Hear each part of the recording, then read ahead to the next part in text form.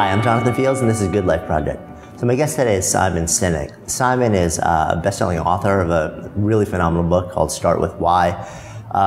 Creator of some pretty fascinating and high-impact, not only leadership strategies for business, but really leadership strategies for life. Global speaker.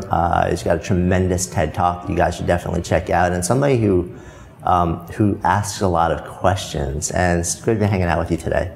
Thanks. And actually, I think it's kind of an interesting place to start. We were hanging out on camera, off camera before this, and we were actually in a conversation with someone else.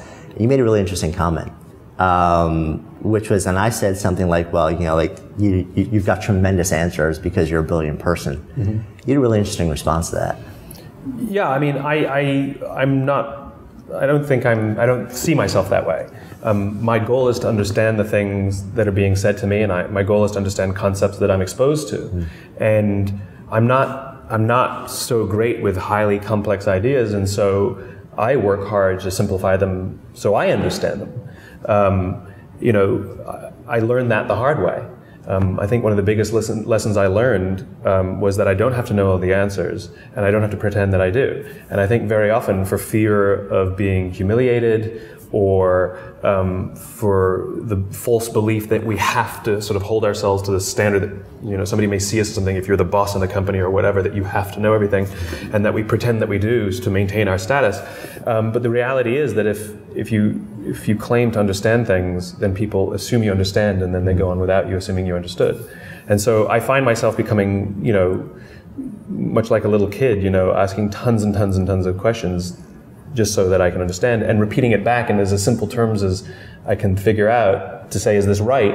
Again, then I understand it. I'm a great believer that if you speak like a scientist, then only scientists will understand you, right? But if you speak like a truck driver, then both scientists and truck drivers will understand you. Yeah. And so how can you take every concept that's brought to you and repeat it back as, you know, like a truck driver? It's so fascinating, right? So we had, in a previous conversation, I spent some time with Brene Brown. Mm-hmm. And so she's a professor, a researcher, and she brought up something to me that I wasn't entirely aware of, which is that in the world of academia, if you write in a way that's understandable to a layperson, you're essentially lionized in that world. Mm-hmm. And you're viewed as, you know, like dumbing things down. It's almost like a bastardization of the work. You know, like, you're not good enough and it's not good enough anymore.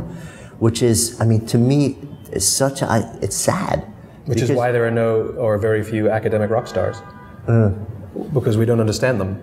Right. They have amazing concepts, I'm sure, that could change the world if only anybody understood them. So that's the whole thing. I mean, if you're doing all this tremendous work. For each other. Right. Yeah.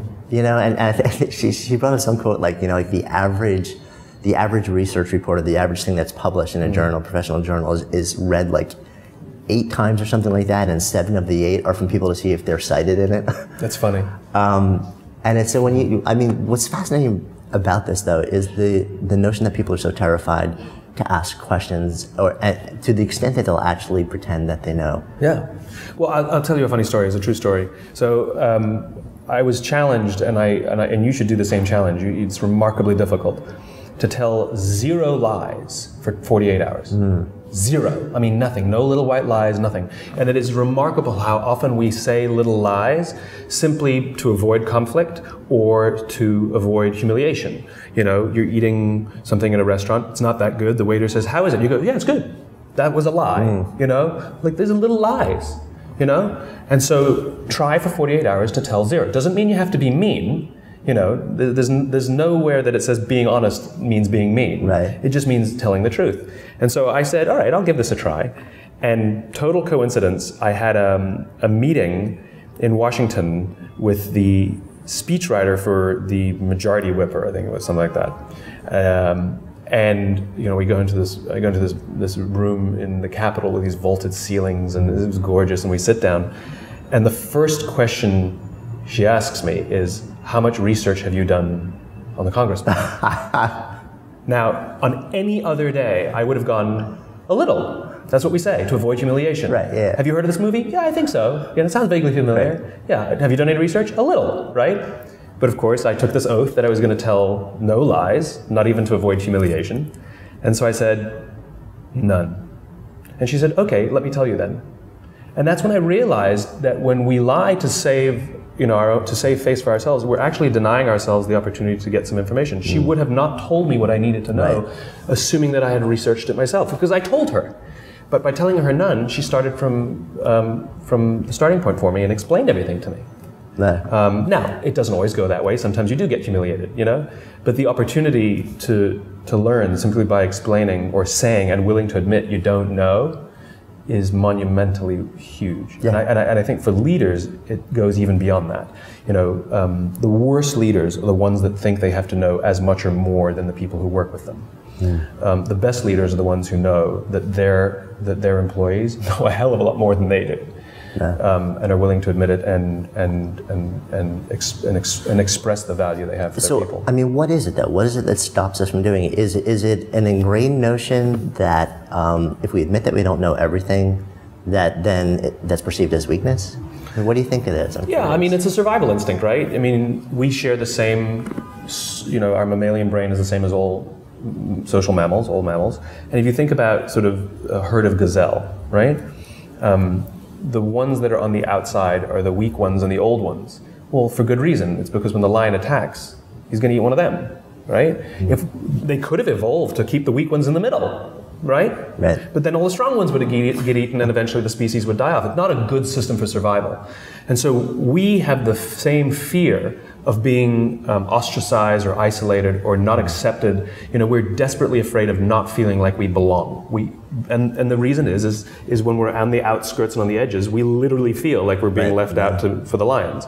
And so I think very often we say things or ingratiate ourselves or posture, not because we're bad people and but we want the group to see us as valuable and worthy of being kept in and belonging, and not sort of turned away from and pushed to the sides, which is very scary for human beings, which is very scary for social animals. Yeah. So it really is much more primal.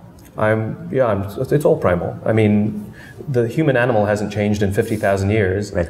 The condition has, but fundamentally we the surroundings have, and this whole sort of industrialization thing, living in surplus was only 10,000 years ago when we started farming. Because so for 40,000 years, we're basically, hunters and gatherers, and it's only the past 10,000. So only a fifth of our entire existence, we've had to learn to deal with this. But the human animal fundamentally hasn't changed at all. So it's all primal. We're reacting to our environment. Right.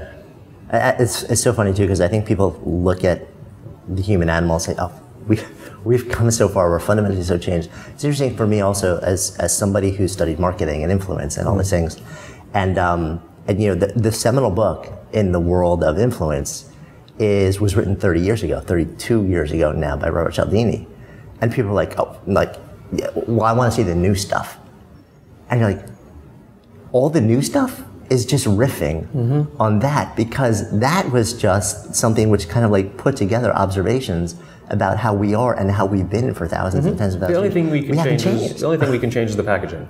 I mean, my ideas are not new either. I mean, I don't think I've ever said anything that hasn't been said before.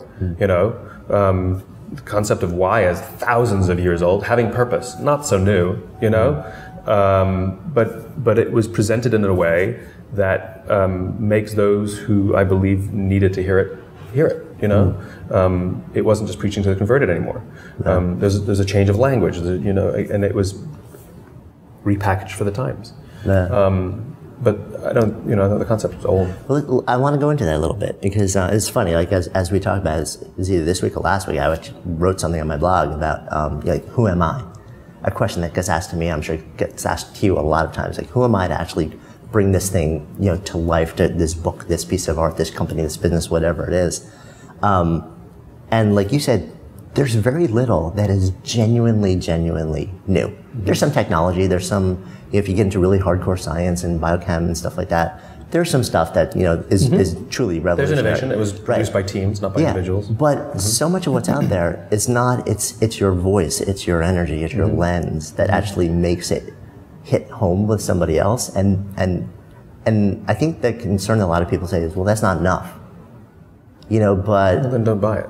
Right. And then if you put it out there, I mean, but the truth is, if 10 people that heard this thing 100 times before and it never landed with them, hear it and it lands with them, and one of those 10 people then takes an action in their life that makes a profound difference in their life or somebody else's life because of that, that's enough. One's not enough. Two. You know, but I mean, that one person could then turn around and influence so many. To me, yeah. I mean, I smile when I hear you very often hear this public speakers. They stand on a stage in front of 500 people and they say, if I can help just one of you, then I've done my job. I'm like, one? That's your standard? You go to 500 and one? Right, so 1 out of 500 like, isn't you left your family for a night, you're going to have jet lag for one? No, you know, it's like, and that the reason I think that's a low standard is because that means the way you're communicating it is in a manner in which only 1 out of 500 understood it, you know, and even if you get 10%, you know, law of averages says 10% will simply get what you're trying to say. I think the opportunity is to communicate in a manner where a lot more than 10%, a lot more than sort of the standard deviations, that you'll get people to go, you know? The opportunity to get somebody to come up to you afterwards and say, you know, I'm cynical with people like you and don't really like things that people like you say, and you converted me. Like, that's the opportunity. That one in the audience was already with you anyway before you started speaking. So I think, again, the burden goes on to the speaker to communicate the manner that is resonant and relevant with the audience. I can't stand it when speakers ask the audience to please turn off their cell phones and close their laptops. I'm like, if you can't hold their attention, let them do something else. Let them play backgammon, you know? The standard, the burden is on the presenter of the ideas to present their ideas in a manner in which people can understand and find interesting and compelling and resonant. And if that happens, hopefully they'll build upon those ideas and make them even better. Yeah, I love that and completely agree. So let's dive deeper into that, though. You're somebody who spends a huge amount of time traveling and speaking to groups large and small. So this is something that you have such intimate and deep knowledge of. So in your experience, what do you have to do to go to that place where many light bulbs in a room light up? Sure. I think there's a mentality that you have to bring to the presenting of ideas, or the presenting of anything, you know, product, it doesn't matter, is fundamentally to have an attitude of giving. Every time I mean, when I present, I cheat. I only talk about things I care about. You know, it's, you know, people say, how do you speak for an hour and a half without notes? It's not hard because I care about what I'm talking about. You know, you go out for dinner with people and they talk about their kids for 2 hours. You know, it's like, enough with the kids already. But but the reason they can talk for hours and hours and hours and hours about their kids is because they love their kids. They're passionate about their kids, and they know the stories. They remember the stories. They remember the funny little gestures. Well, if you care about something deeply, every single one of us has a weird memory for things that we're interested in. You know, if you're interested in comic books, I promise you have a weird memory for, you know, things that happen in that space. And so I only talk about things I care about. That's cheating, right? So why is that cheating and not the norm? Well, fair enough. It's cheating because it's not the norm. Right, I guess. That's number one. And number two, I don't want anything from anybody. That's, I think, I think it's the most important thing that anybody who presents ideas has to have. And that includes speaking on a large stage as much as it does a one-on-one sales meeting. Which is, the strange thing is even in a sales meeting, the goal is not to want anything from them. Most people show up to want something. I want your business, I want you to follow me, I want your approval, you know, I want you to validate me, whatever the disposition is, to put that aside and say, I'm here to give, I'm here to share. And almost every time, without fail, before I present, I will literally say out loud to myself to remind myself, because I'm fallible, you know, and I forget. I remind myself, you're here to give.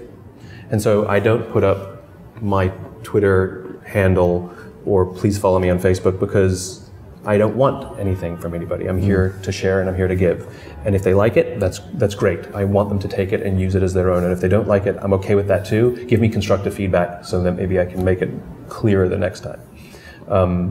But it's remarkable to me how many people show up to present an idea or in a sales meeting, and what they want is the sale. I mean, it's terrible. We call them salesmen and sales managers. I mean, it's actually incorrect. That sets up the wrong standard. Go get the sale. It's very, very selfish. As opposed to go give someone an opportunity or go help someone find what they're looking for. It may or may not include our product. It may or may not include our service, but help them, you know? And it's a profoundly trust-building mechanism. And people are very patient with mistakes. You know, I can make a mess on a stage, and people are okay with it because they know fundamentally I'm there to give, and so I can mess things up. If I were there to take, and everything had to be pristine and perfect, if I screwed anything up, it'd be all over me. So if you're setting up the pitch at the end, because you create a safe space, right, as opposed to creating an us and them, a me and you. Yeah. And so I work very hard to bring myself. I wouldn't say bring myself. I work very hard to always have that as an attitude, to show up to give. What about wanting something for them? What do you mean wanting something for them? Instead of from them, for them, like going in with an intention or desire to actually create something for them, or have them in some way take this experience and act on it in some way that'll benefit them moving forward. I don't know. I think it's a bit presumptuous. No. They're a room of strangers. I want things for my sister. I want things from my niece and my nephew. I want things from my parents. I want things from my close friends. But for strangers, I mean, I'd be happy if they found stuff of value, but I think it's presumptuous to come and say, I want this for you. I don't even know you. You know, you may be a horrible person who abuses your children. I want you to go to jail, you know? So I don't know. I think it's a little presumptuous to want for strangers. You know, it's like you see this very often on, you know, websites. I can help you, it says. You don't know me. I can tell you what I've done for myself. I can tell you what others I've done for others, but I don't know. To want to help, I want this for you, as a statement. I want to do good in the world, but I want this for you. I don't know. I find it presumptuous. Yeah, it creates a really kind of weird dynamic. I'm curious too. So let's say we're having this conversation, because I'm sure that you had a similar conversation when you go in and talk to leaders and organizations where they're saying, like, you know, how can we get our salespeople to buy into this? But even the leaders probably saying, well, then how do we make money? If the whole goal of like training our salespeople is let's solve and serve, and whatever comes of it, comes of it. And fundamentally, I'm here because I want to give. You know, I want to offer value with no expectation of from. In that dynamic, as an organization, how do we survive? Where does the money come back? Does it just come back? So what does that conversation go like when you come into an organization? If you want to do things solely for money and instant success, you will find strategies to do that. I'm fairly confident they don't last. I mean, even if it's 10 or 20 years, it will collapse. You know, they're unstable systems, and the reason they're unstable systems is because the people involved don't care, right? The role of leadership is to ensure that the people inside their company feel so safe, you know, that they're willing to sacrifice everything for each other and even the company, right? Knowing full well that the leader cares about them desperately, right? If you think about the world, right? The world is fraught with danger. I mean, if we go back to caveman times, that danger may have been, you know, a saber-toothed tiger, the weather, lack of resources. All of these things with no conscience, trying to kill you, want you dead, right? Nothing personal. And so we evolved into these social animals that realize that if we live in trusting, belonging communities where there's shared values and, you know, and shared beliefs and trust emerges, then we can coordinate and help each other and better face the dangers outside. If we don't trust each other, then it's not going to go well for anybody, right? This is the value of group living. It means we can fall asleep at night and trust that someone else will watch for danger. If I don't trust you, I'm not going to fall asleep at night. It's not very good. You know, in modern day and age, the same thing exists. You just translate it into, you know, a business environment. So in the business environment, the outside is fraught with danger. There's the ups and downs of the economy, which are unpredictable. There's your competition that's trying to kill you, and if they're not trying to put you out of business, they definitely want to steal your business or prevent you from getting more. There's all kinds of financial pressures and other, you know, emerging technologies that could render your product useless overnight, right? That you didn't see coming. All of these things, nothing personal, trying to destroy your survival. And so the only that's a constant, unchangeable. The only constant, the only variable is the culture inside the organization. It's the group of people. And so if a leader offers to protect, if a leader offers a sense of belonging, if a leader offers to manage the set of values and ensure that we only let people in who believe what we believe, and never, ever, ever, ever sacrifice the people to save the numbers, but rather sacrifice the numbers to save the people. What starts to happen is people learn to trust, they learn to love each other and care about each other, would sacrifice themselves for each other and the organization, and more importantly, are better equipped to face the dangers outside. And it's in these conditions that innovation happens. There's no one on the planet that would offer a big risky idea with a huge chance of failure if the opportunity for getting laid off is what greets them if the money isn't there, you know? And what you find is the leaders of organizations that run like this have a very different view of money. In bad, unhealthy cultures, money is the goal. Money is just a number. It's a result. It's the great organizations and the great leaders see money as a tool to further fuel whatever it is they're building. And so, of course, they want financial success, because the more money they have, the more they can protect their people. The more that they can ensure that there will be no layoffs in hard times because we've got lots of money. The more that we can invest in R&D and try and take these amazing ideas that you have and invent the future. They see money as fuel, not as a destination. And so there's nothing wrong with making lots of money. The question is, what is it to you?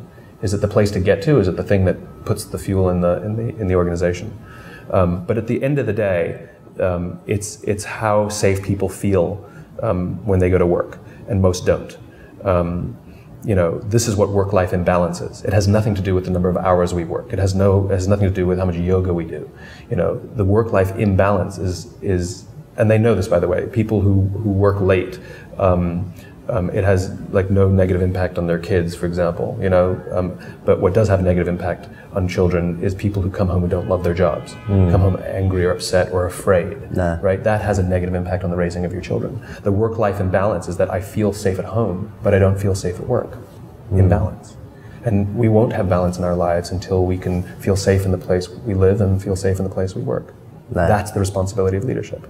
Yeah, it's so powerful, but it's so, like you said, so rarely offered in that way. There's a lot of bad leaders. Yeah, and there's leaders that are very, very bad that we, for some reason, have raised, put them on pedestals in our society and called them good.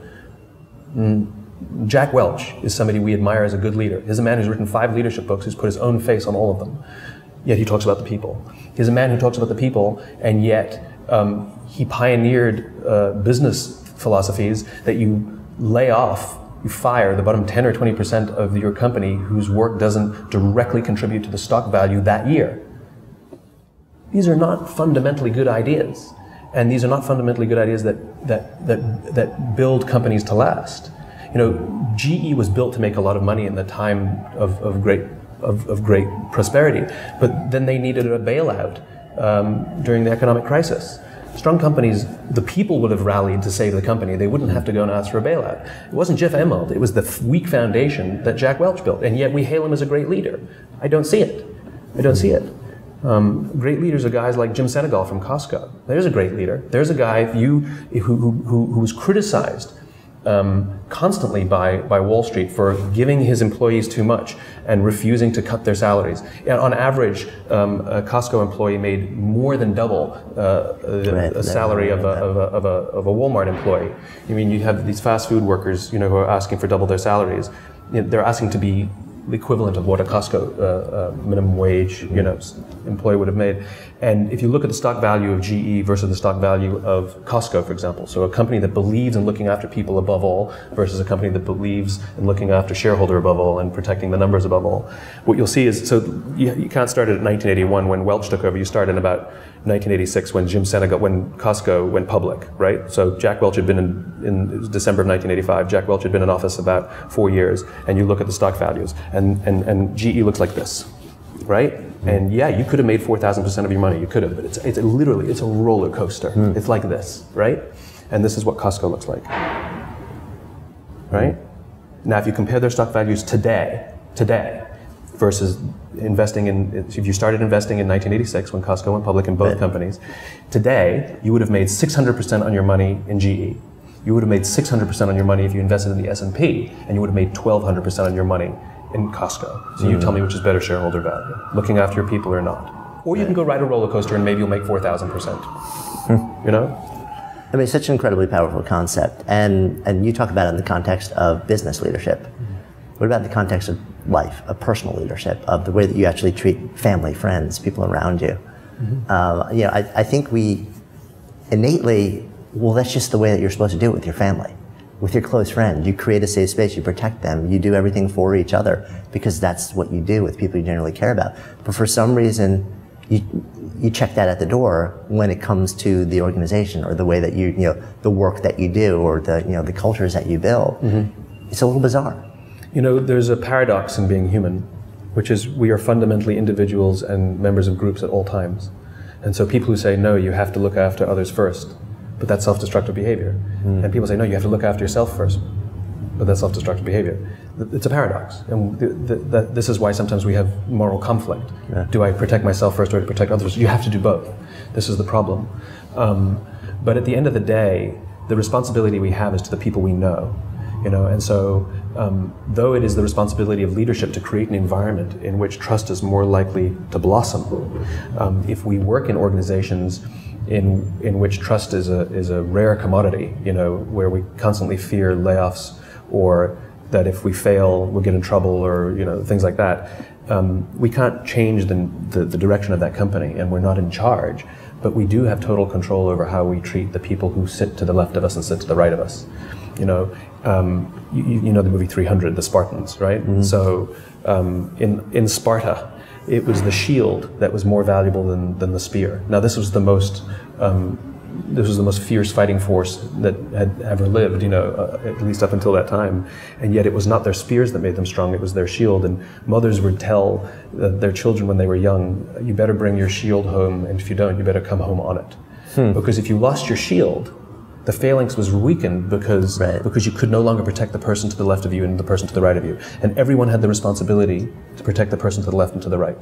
We have the same responsibility. This is what makes us strong, not our intelligence, not the spears, not all of that, but our willingness to put ourselves in harm's way for the guy to the left and the guy to the right. And so when you come to work, you know, it's the person who sits next to you. When you get a cup of coffee, get one for them as well. If they're struggling with something, don't say, do you need my help? Just go help them. You know, it's little things. And if we preoccupy ourselves and obsess about ensuring that the people with whom we work, the ones we know their names, right? Not the people we don't know in the company, the ones we work with, whether we work in the same department or not, but we know them, we see them, we know their names, right? If we obsess about ensuring that they feel safe at work, that they love coming to work, that they feel that someone is watching their backs, the remarkable thing is they will do it for you. Because that's what human beings do.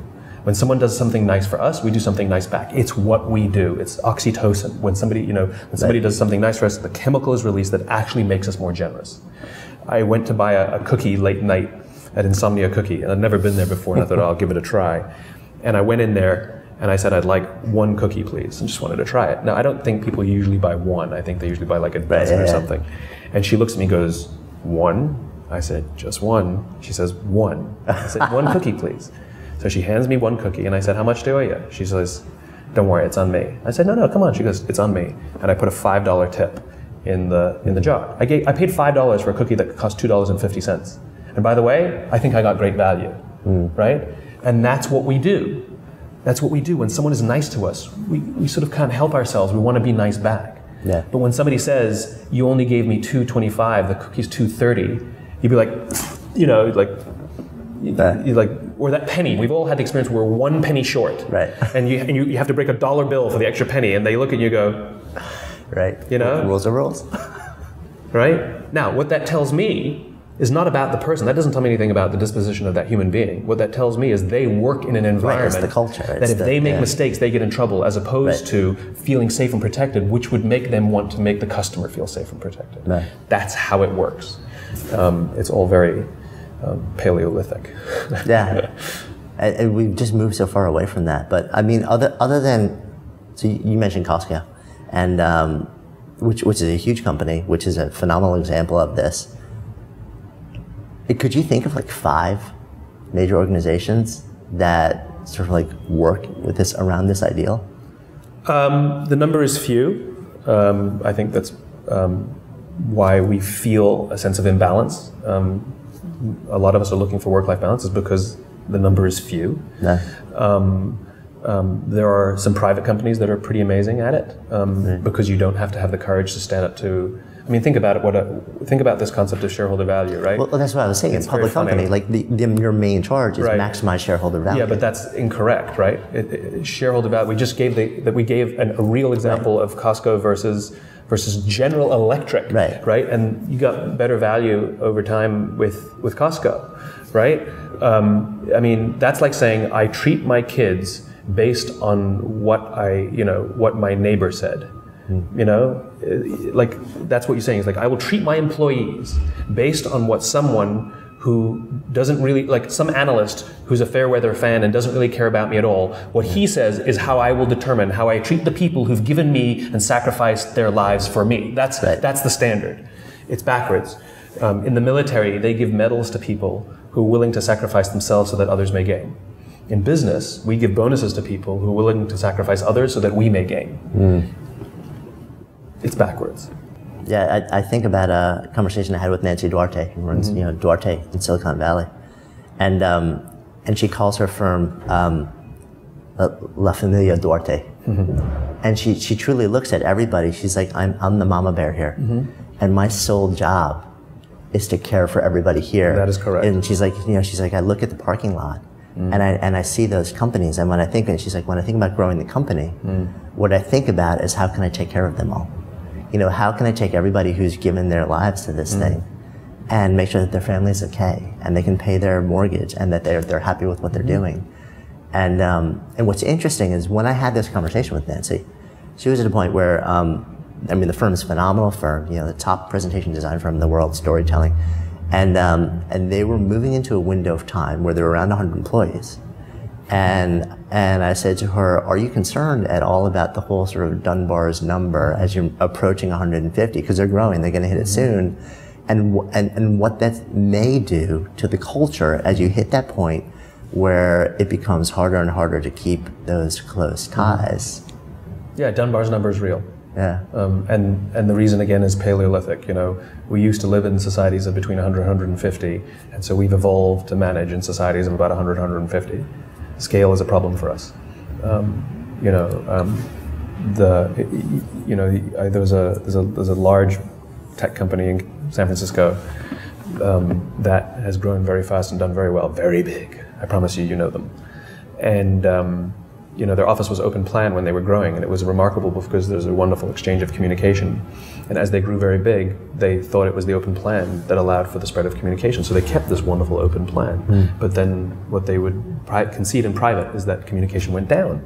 And it's because when you don't know everybody, you don't go ask for help, and you don't ask someone to turn their radio down, and you don't admit you need something because you no longer have that familial sort of experience. There's something to be said for keeping divisions small, right. Maxing out at 150, and then the story about right. Gore-Tex.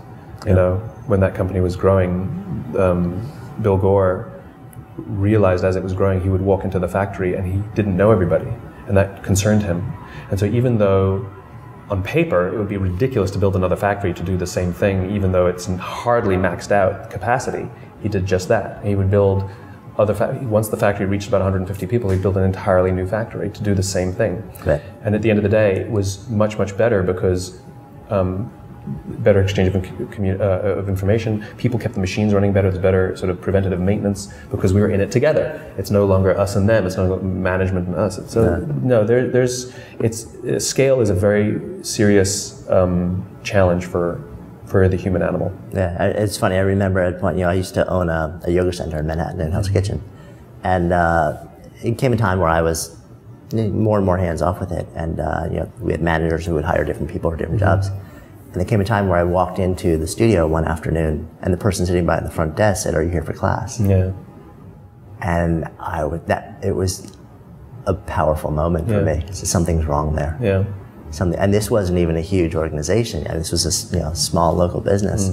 But what it made me aware of is how quickly that can happen if you're not really attuned to and creating that container that says, we're in this together, and fundamentally, like, and really elevating the notion of connection within it and concern for each other. It was really interesting, the example that you gave. If you see somebody next to you needs help, don't say, do you need help? Just help them. It seems so small, but that's a really big shift. Well, like pushing the open button when someone's running for the elevator. That one's a big one too. Like, we don't do that either. You know, it's like, there's a lot of little things we can do for people that we don't do. You know, or very often we start with a disposition of anger or that they've done something wrong as opposed to empathy. You know, and this is up the chain of command and down the chain of command. We think our bosses are idiots, and they think we're idiots. You know, as opposed to saying, maybe he's having a bad day and he had a fight with his wife, or maybe she's having a problem at home with her kids. You know, you okay? Because this is not the way I know you're a lot better than what. Are you okay? Like, have empathy. There's a wonderful guy who's become a dear friend by the name of Bob Chapman, who is CEO of a company called Barry Waymiller, based in St. Louis. About a $1.6 billion manufacturing company, good old-fashioned blue-collar American manufacturing. And Bob had this realization about the responsibility of a CEO when he was sitting at a wedding. He was sitting in the pews with his wife, and he was watching the ceremony, and the father walks the bride down the aisle and ceremonially gives his daughter away to someone else.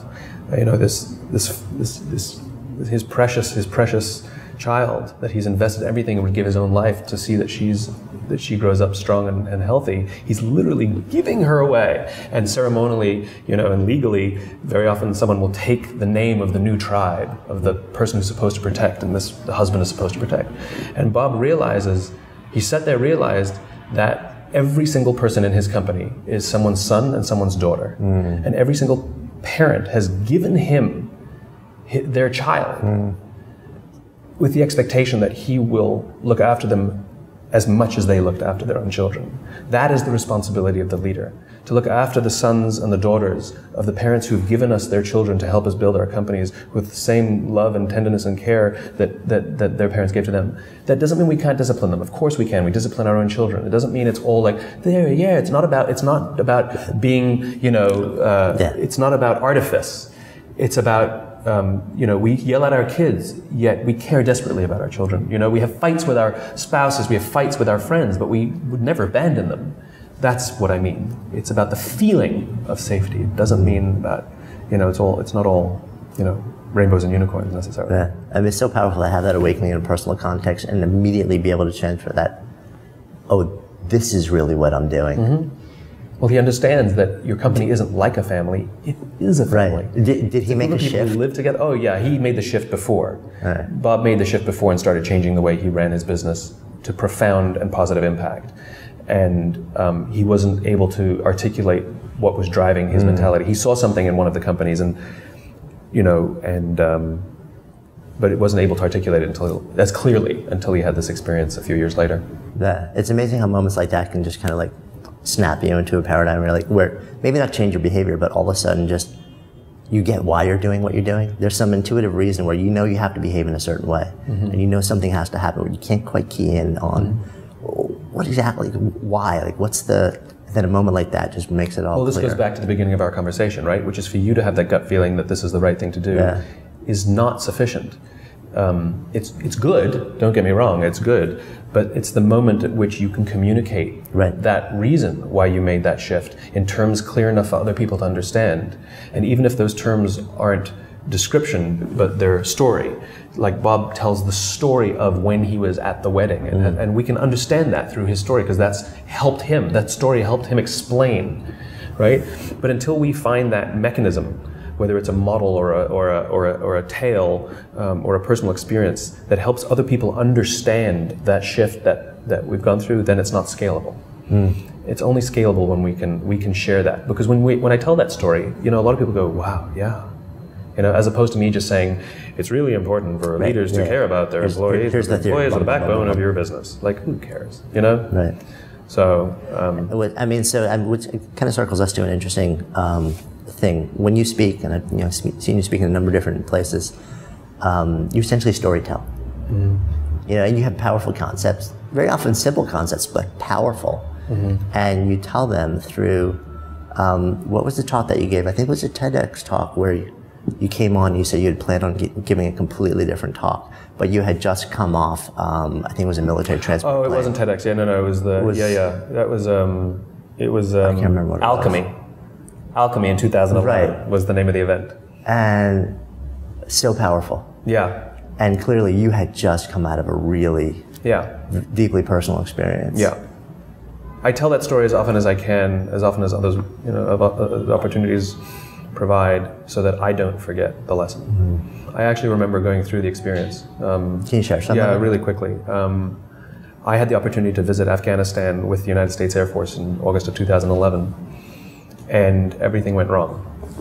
I wasn't there, wasn't supposed to be there for a long time. The goal was for me to, I do a lot of work with the Air Force, and the general in charge at the time said, you hear about us, you meet us back home, but I would very much like for you to go and witness our men and women performing their duties so you can really understand. Would you be willing to go? So I said yes.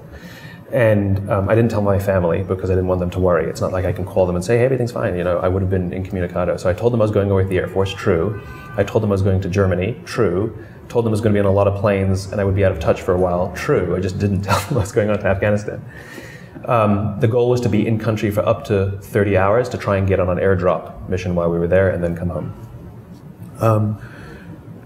We took a C-5 big cargo plane to Germany. We caught another plane, a KC-135, into Bagram. We landed in Bagram, and 10 minutes after we landed, the base came under rocket attack. I mean, you hear it, came in, you're like, right?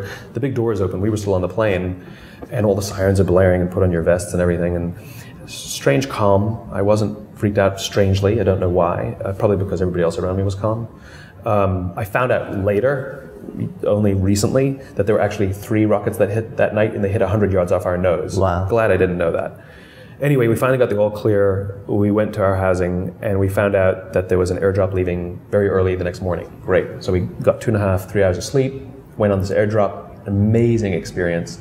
Flew out, about an hour and a half, down to 2,000 feet, and then watched the back of the plane open as we supplied an Army forward operating base with supplies. It was an incredible experience. Came back, now the goal is to leave the country. It's always at the discretion of available flights and if the pilot lets us on. We found a flight that was leaving for Germany. It was an outbound aeromedical carrying wounded warriors out of theater. And there was me and my 2 escorts. There were 3 seats on the plane. So great. And we waited and waited and waited and waited and waited and waited. There's a lot of waiting. Finally, we were on the plane, literally 5 minutes from leaving, and the pilot came on and said, I need to bump you guys. We need more room for stretchers. And if there's ever a good reason to get bumped, that's it. Okay, so we got off the plane and went to look for another one. And we found out there's no other flights leaving until Tuesday. It's only Saturday. And so I'm now stuck in Afghanistan for 4 days. I have no reason to be there. I have no purpose. I have no job. We're stuck I can't call my family and say I'm going to be home late. And I remember feeling every fiber of my being just drop. I remember my stomach dropping, just everything. I became depressed. I became preoccupied with my safety, my comfort, my happiness, and I didn't care who had to go out of their way to get it for me. I remember being totally aware of it. I mean, one of the public affairs officers said, we can get you on a flight to Kyrgyzstan, but you don't have the right visas, to which I said, you get me on that plane. Like, I don't talk to people that way, I became that boss who didn't care how he treated us as long as he got what he wanted. That was me now. We went back to our room. One of the officers said, I'm going to go see if I can get us on another plane. The other one said, I'm going to the gym. And they left me in there, and my eyes were closed because I was exhausted, and they thought I was sleeping, which I wasn't. They turned off the light and they left. And I couldn't relax. My mind was racing, and I became paranoid. I was convinced there was going to be another rocket attack, and I was convinced it was going to land wherever I was. I was convinced. I was convinced of it. And it was at that moment that I realized that this is what it's like to be in a dead-end job, where you have no sense of purpose for being there, and you confuse the high times and the big wins with being happy. I had an amazing experience that day, but I didn't want to wake up and do it again, and we confuse happy moments with fulfillment. And so I lay there depressed and paranoid and scared and regretful and hated it, didn't want to be there. And I gave up. After trying to come up with all sorts of mechanisms to help me be happy, I failed. I literally gave up and said, I'm stuck here. If I'm going to be stuck here, I might as well make myself useful. I'll volunteer to speak if they want me to. I'll go and meet some of the people that I've met again and go up to them and ask them if I can carry boxes, sweep floors. I didn't care how menial the labor. I just wanted to serve those who served others. Instantly, I became calm and relaxed, even excited to be there and be a part of it. Like this amazing calm with this realization. As if it were like a movie, just having had this realization, the door flies open. It's Major Throckmorton. He says, I found a flight. It's been redirected, but we've got to go now. You know, where's Matt? Matt was at the gym. So we ran to the gym. We got him off his treadmill. No time to shower. Put his uniform back on. We grabbed our stuff. We ran out to the plane. And the time we got out there, we could see the plane sitting out on the runway, out on the tarmac. And as soon as we got out there, security cordon comes down. We're not allowed out because there's a fallen soldier ceremony happening somewhere on the base. And out of respect, everything stops while they have the fallen soldier ceremony. Finally, the cordon goes up, and we go out to the plane. What I haven't told you is the reason this flight was redirected is because we would be carrying home the soldier for whom they just had the ceremony. And so we were the only 3 passengers aboard this empty plane with one flag-draped casket in the middle. We stood in a line as the army brought their fallen comrade on board. They lay down the casket. They did a slow 8-count salute, turned off, marched away. We watched them walk out of sight, crying and hugging each other. And then our crew got to work strapping down the casket. And for 9.5 hours, this was our flight, 9.5 hours, I sat there with this casket right here. You know, it's an overnight flight. Once we're in the air, we all sort of staked out a piece of real estate in the plane to get some sleep. And every time I opened my eyes, I was greeted with this sight of this flag-draped casket. And that was the greatest honor of my life. You know, to bring home someone who knows a lot more about sacrifice and service than I will ever. You know, it was the greatest honor. Our final flight home was on an aeromedical mission where we brought home 37 wounded soldiers and Marines. And one of them was in what they call CCAT, which is critical care, a Marine whose buddy had stepped on an IED and was killed, and he took shrapnel, 2 broken legs, 2 broken arms, shrapnel in the chest, punctured eyeball, broken eye socket. And he was kept in an artificial coma at the back of the plane. And this team of doctors looking after him. And I went over and sort of was uncomfortable because I've never seen a body that broken. And I went to talk to the docs who were looking after him. And they were amazing. They explained his injuries to me, and more importantly, they explained all the new technologies that were being developed to help trauma care from these cases that is filtering its way back into our civilian hospitals. So even here, they're still giving back to us. You know, what remarkable human beings. And I asked him what I thought was an odd question, having just had the experience I had the day before. I said to him, he was a reservist who works at an ER in Austin, I think it was. And I asked him, I said, you're a good person. You work in an ER, you help people every day of your life. This is your job. Do you have a different sense of fulfillment here than you do back home? And he says to me, it's no comparison. No comparison. He said 90 to 95% of the people who come into the ER at home are either drunks or idiots. He says there's not a single drunk or idiot here. The sense of fulfillment I have here is vastly greater. And this is what I learned fulfillment is. Fulfillment is the opportunity to serve those who serve others. That's what it is. If our bosses and our leaders serve us, we will serve them. It'll be our honor. If we look after each other, and others will look after us, and it will be their honor just as it would be ours to look after them. And this is what service is. This is what fulfillment is. And this is a very, very human experience. And everything that I've learned, everything in the human body is trying to get us to do things for each other. That's why it feels good to do things for each other. Because the human body is trying to positively incentivize us to repeat that behavior. Because it's good for the species, you know? So that was a profound experience. And like I said, I try and tell that story often so that I don't forget the lesson. Because I made some significant changes in the way I do business to avoid working with people who don't believe in the concept of giving to others.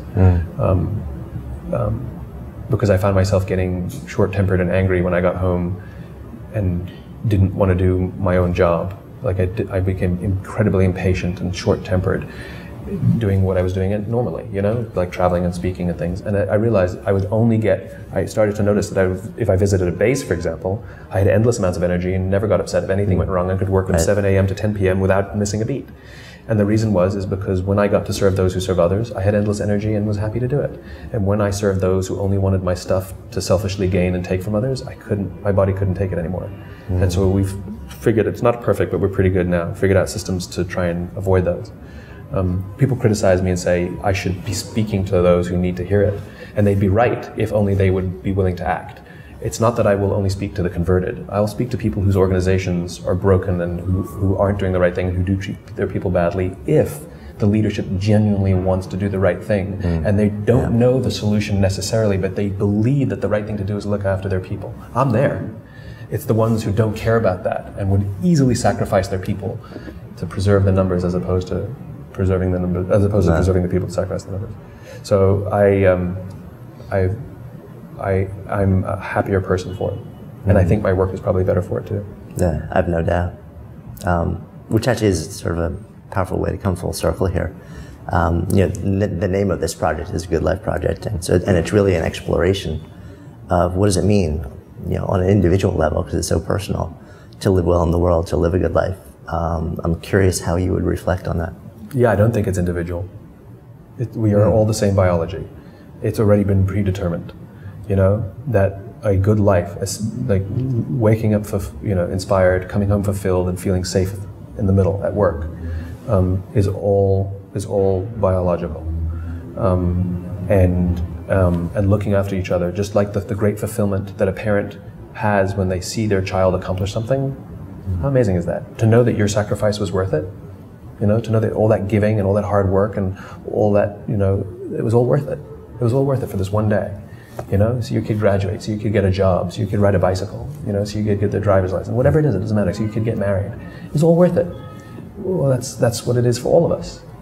It's just an amazingly positive thing to see somebody achieve something because we got the opportunity to help them.